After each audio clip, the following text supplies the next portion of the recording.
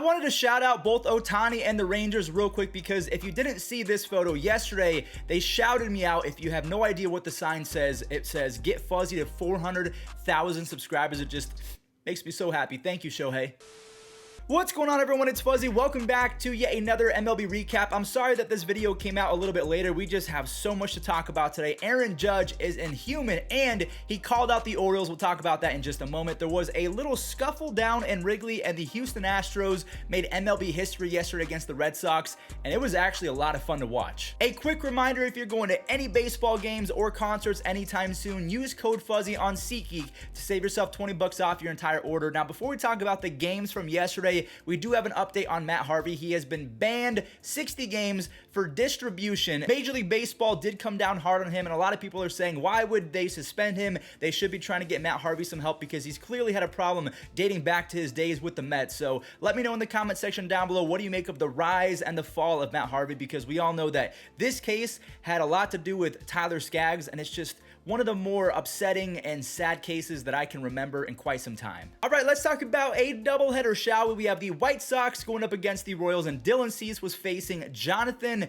Hesley, I think that's how you say his last name, and they were matching each other pitch for pitch, at least through the first four. Cease has 4 shutout, and Jonathan does as well, but unfortunately for the Royals, Jonathan runs out of gas. Pollock, he grabs an RBI on a sac fly, and Jose Abreu gives his pitcher a big-time sigh of relief, belting a 2-run double to deep center. Dylan Cease has 7 strikeouts and 5 2/3 a shutout. Now he leads Major League Baseball with 67 strikeouts, just ahead of Shane McClanahan. The Chicago White Sox get into huge trouble in the 7th when Joe Kelly, I think he might have done this on purpose because he's better in bigger situations, 2 consecutive strikeouts, and then gets Dozier to saw himself off to escape a jam. And Hendricks, he keeps racking up them saves. He is now up to 11 on the season as the White Sox win 3-0. The Royals, they're trying to get some payback, and Davis Martin was making his debut, and wow, did he impress for Chicago. He only gives up 1 run, and that was to Michael Taylor. That was the game's first run. That's all that Kansas City can muster off of the rookie. Brady Singer was just as good. He was out of his mind, in fact.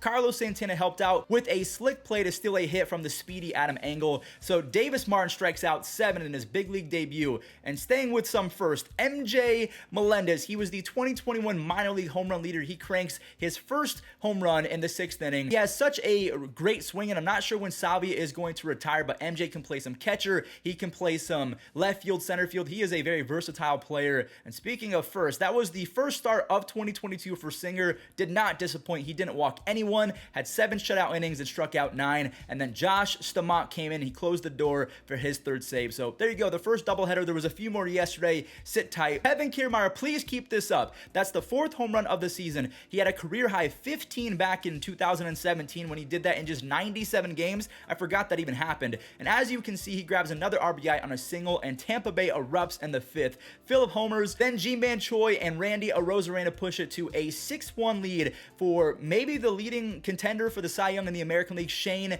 McClanahan. Randy makes another web gem, and this allows Shane to toss 7 innings with 7 punch-outs. He didn't walk anyone. So both he and Dylan Cease are 1 and 2 in strikeouts, at least for the American League. And then the 2021 AL Rookie of the Year, Randy Arozarena, shows off the pop. He is a streaky hitter. We all saw him in the postseason. We saw him win Rookie of the Year, but he goes through a lot of stretches where he is ice cold. Hopefully that home run unlocks something as the Rays win big, and they are now 7 games above 500. So if we're going to talk about the Rays, let's talk about the Yankees. Judge nearly had a 3-homer game. He called it a create your own ballpark, and that it's a travesty. He is clearly being sarcastic. He's mocking what the Rangers manager said a few days ago, so don't get it twisted. Aaron Judge is not actually sad that this happened. So Judge smartens up. He goes to center right field. He avoids that wall completely. That is a baker's dozen, 13 home runs on the year, but he's not done yet. 422 feet to center in the 5th. He now owns a .315 batting average with 14 home runs and 30 RBIs with a 2.6 F4. I'm so happy that I chose him to win MVP. I wanted to go J-Ram, but my heart was telling me Judge, and I'm really just reaping the rewards for that. This was all for Jameson Taillon, who wasn't very good, but the Yankees got some help from some not so very good Baltimore defense. DJ has an RBI ground out, and then Donaldson scores in the 8th on an error. We head to the 9th when Aroldis Chapman almost imploded. He allows 1 earned run before finally closing it for a 5-4 victory. Michael King, I just want to shout him out. He has a 1.4 ERA and 37 strikeouts in 25 innings. The Jays You want speed? I'll show you guys speed, because that 3-run triple, not only was George Springer flying, but it was the entire scoring for both teams. So that's the recap. Moving on. Just kidding. Let's talk about Barrios, because he was lights out. 4 strikeouts and 7 shutout innings. He is looking to regain that 2021 form. Adam Simber has been a lot better with the Jays than when he was with Cleveland. He lowers his ERA to 2.2 for his 3rd save, and the Jays have won 2 in a row, pushing them to 20-17, and they're 2 games back of the Rays for 2nd place. So if we're going to talk about the Yankees and the Jays, we got to talk about the Red Sox. And yeah, let's go ahead and talk about the Astros exploding for 9 runs, not just in the game, but in the 2nd inning alone. There's a home run from Yordan Alvarez. That's no surprise.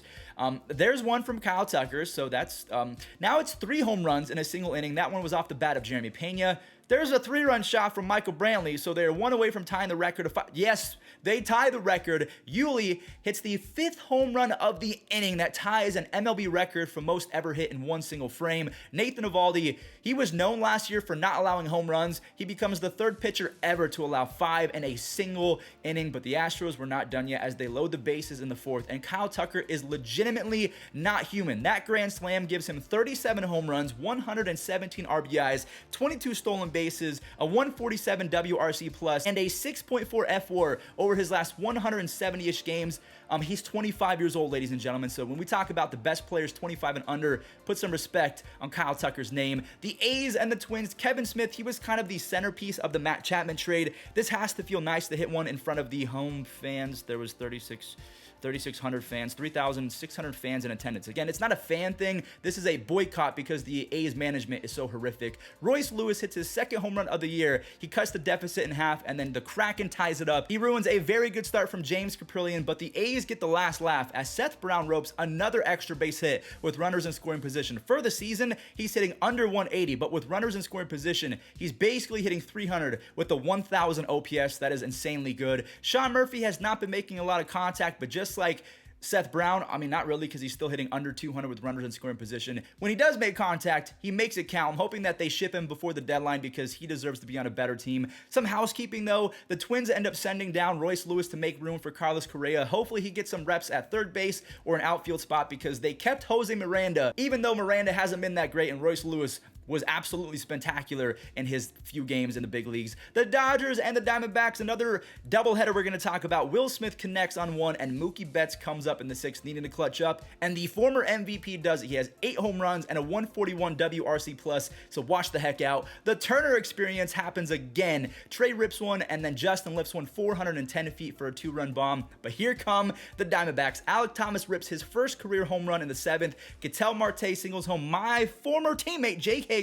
So that's a 1-run game, and then Freddie Freeman grabs a huge RBI to push it to a 2-run lead, and it's big time because Ketel Marte has an RBI single because that's just what Craig Kimbrell does. Although I will give Craig Kimbrell some slack because the runner got on via a bad call, and then Dave Roberts got ejected. But either way, Craig Kimbrell strikes out Jordan Luplow, and the Dodgers take game 1.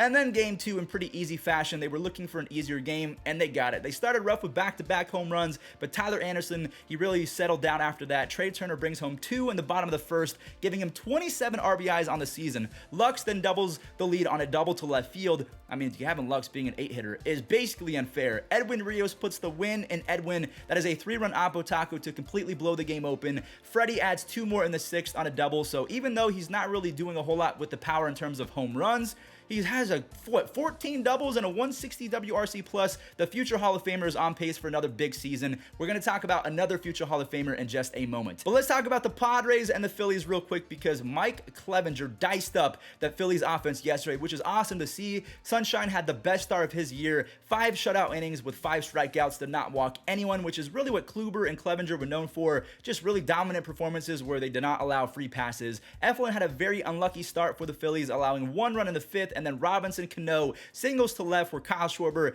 he misplays it, and then Will Meyer comes around to score. Trent Grisham answers with an RBI 2-bagger, and Taylor Rogers is just filthy. He allows a base hit, but he induces a double play to notch his 14th save. The Padres have won 2 in a row, and they are 1 game back of the Dodgers. This next game really hurt me on an emotional level. Okay, let's get into it. Former Cleveland first rounder Tyler Naquin hits a solo shot And aside from a sac fly in the third, Connor Overton was great, but he's one of the weirdest pitchers in the bigs because he kept Cleveland uncomfortable, but he only strikes out 2 hitters over about 7 2/3 innings, so he has a 1.82 ERA in 25 innings, which is really good, but just 10 strikeouts over those 25 innings, which is insane to me, but good for him. Stevenson and Pham both deliver with RBI singles, but this Cleveland team always makes it annoying for opposing teams going into the final innings, and especially when you're facing that horrid Reds bullpen. I told you, Owen Miller ties it up on a 2-run shot off of Warren, and I guess I have to eat my own words because Nick Sandlin was horrid. He walks in a run, and then Diaz clutches up. He strikes out J-Ram, the man you want up there with the bases loaded, and the Reds have now won 7 out of their last 10 games. All right, the Marlins and the Nationals. I see you, Cody Petit. The Marlins have pitchers for days. That was a 4 2/3 start, lowering his ERA to .43. Yes, just 1 earned run in about 20-ish innings. Adone saw what life could be like if he does not walk anyone. He has allowed the most walks in the NL this year, 4 shutout before allowing a bomb to Miggy Rowe. Then the man who rakes, Jesus Sanchez, who had been slumping. He got absolutely all of this one, 425 feet. Now, even after the slump, he has a 105 OPS plus and 18 home runs over his last 97 games. That's pretty good. Washington throws away any chance of making a comeback, and there have been rumblings of the Nationals trying to move Juan Soto. We'll talk about that in a future video. Braves and the Dodgers. Tucker Davidson shuts down the Brewers offense. The Brewers have not been good offensively lately, so he has 5 shutout innings with a few strikeouts. And Adrian Hauser was even better. He one-ups Tucker Davidson. He did have 0 earned runs with 6 punchies, but 1 run scored in the 5th on an error. So this one is going to have to come down to whose bullpen is ready to play. There's a mammoth home run, a mistake pitch from Mr. Brad Boxberger. That was a burger of a pitch, but it didn't really matter because the Brewers got put in a blender. 1 run in their last 18 innings, and that came on a wild pitch. So Jansen has 9 saves, and they send Milwaukee to 23-14, and the Cardinals are catching up. So let's talk about the Cardinals right now. Fan favorite Travis Jankowski brings home the first run of the game, and Jeff McNeil is proving that he is one of the best left-handed hitters in all of MLB. Dom Smith follows up with an RBI double of his own, and Trevor Williams had 6 strikeouts and just under 5 shutout, and he just has to cross his fingers that the bullpen can get it done. Goldie, he's hitting .321 with 5 home runs now and 21 RBIs. It just wasn't enough as Edwin Diaz has been on a tear. That is save number 9. He has a whopping 16.9 strikeouts per 9, so 30 strikeouts in his last 16 innings. I guess that's all right. Goldie is a machine. We're going to game number 2. He doubles home Donovan in the 4th, and Edmund triples home Andrew Kisner in between, and Goldie grabs his 3rd hit on his 2nd RBI double in the 5th to give him 23 RBIs on the season. He's 15 home runs away from 300. He's a 4-time Gold Glover. He's most likely going to end his career with 65 to 70 WAR. I think that Manny Machado, Nolan Arenado, and Paul Goldschmidt have a great case of making the Hall of Fame. But here come the Mets. McNeil clutches up, going to left field to score Lindor. Tyler O'Neill gets blessed by the gods. He was looking absolutely horrific and lost in both games, and even on that half swing, but he's really fast, and he's able to score the winning run as Gallegos, he strikes out Lindor to get the job done. Here we have VR ripping his first home run as a member of the Cubs, and then we head to the 4th where Seiya Suzuki shows off the cannon. That rifle of a throw nails Vogelback, and Vogelback got salty. He was throwing the mask of Wilson Contreras. I don't know why Vogie did that. That was kind of a bad look. Anyway, Seiya comes in later with the bat, smokes a double to left center, and then that brings home 2, and the Cubs end up with 5 before the 5th, and my goodness, let's talk about another debut. Brandon Hughes gets 5 outs, and those 5 outs were all strikeout in his big league debut, and his family was in attendance. Really cool to see. And then Christopher Morel, his first ever at bat, and he knew this one was gone. He threw the bat. He really enjoyed the moment. He raked in AAA, so good on the Cubs for calling him up. Reed Detmer is going to try and repeat that no-hitter, and it's over already. Seager barrels one up, but so do Ward and Rendon, so it's quickly 3-1 Angels. Ward has a .380 batting average with a .253 WRC plus, just insane. And well, look who gets revenge versus his former team. Cole Calhoun goes lefty-lefty off of Detmers, so this one's going to be a bullpen game. Trout, he now has 10 home runs. He's having another MVP year. The Rangers did not take kindly to that as they score 3 in the next inning on an error and a few singles. So now it's 7-4. And Eli White, if you did not know, he is top 2% in sprint speed over the last few years. Brandon Marsh, he botches it. So there you go. The Rangers have now won 3 in a row, sending the Angels to 2nd place. If the Astros can, well, we talked about that. The Astros did beat the Red Sox, so the Angels are back in 2nd place. And last but not least, Tommy La Stella is back with the Giants. He seizes the moment and belts a monster 464-foot tater, one of the longest of the year so far. Brandon Crawford laces a triple, but it turns into a Little League home run because that ball went into the dugout. Logan Webb, who was left in probably too long, as Randall Grichuk belts a 3-run home run. So Alex Cobb has 7 earned runs on the day. Randall, he has been quietly really good, but unfortunately his efforts were not enough as Doval comes in for his 7th save, and he gets some help from Slater to end it. So that does it. Sorry guys, my camera stopped recording. I need a new one because apparently I can only record for like 16.5 minutes, but I tried to speed through the Giants game. I'm sorry about that. I'm gonna go get a new camera today so I can make longer recaps if you guys are down with that. But to end today's little video, I want to give a shout out to 2 different super thanks, Red Shadow and Ghostly. Thank you all so much for the support and for everyone that has been giving super thanks. It really just brings a smile to my face because these videos are hard to make. So thank you guys for showing support. Going forward, to end every single recap, I will be giving 1 or 2 super thanks shout outs. So if you guys want to help support the channel, that's an easy way to kind of feature yourself in a video. But without further ado, let's go ahead and end it with some web gems. Lewis comes up firing. Got it. What a play. What an arm. And to get back on his feet and come up and make a strong throw. And on the ground, past Riley, Swanson diving stop, throw to second, close, and they got it. Wow. What a play by... That's the 3rd out of the inning. The Brewers might challenge this. They're taking... And he has really had some terrific games against the Royals, but Kyle Isbell with a great jump. Is chopped high in the air over the mound. It comes down to Chisholm. Bare hand grab on the second bounce. Throws to first to get the out. He had to stay back, and about halfway to getting to that ball, he realized he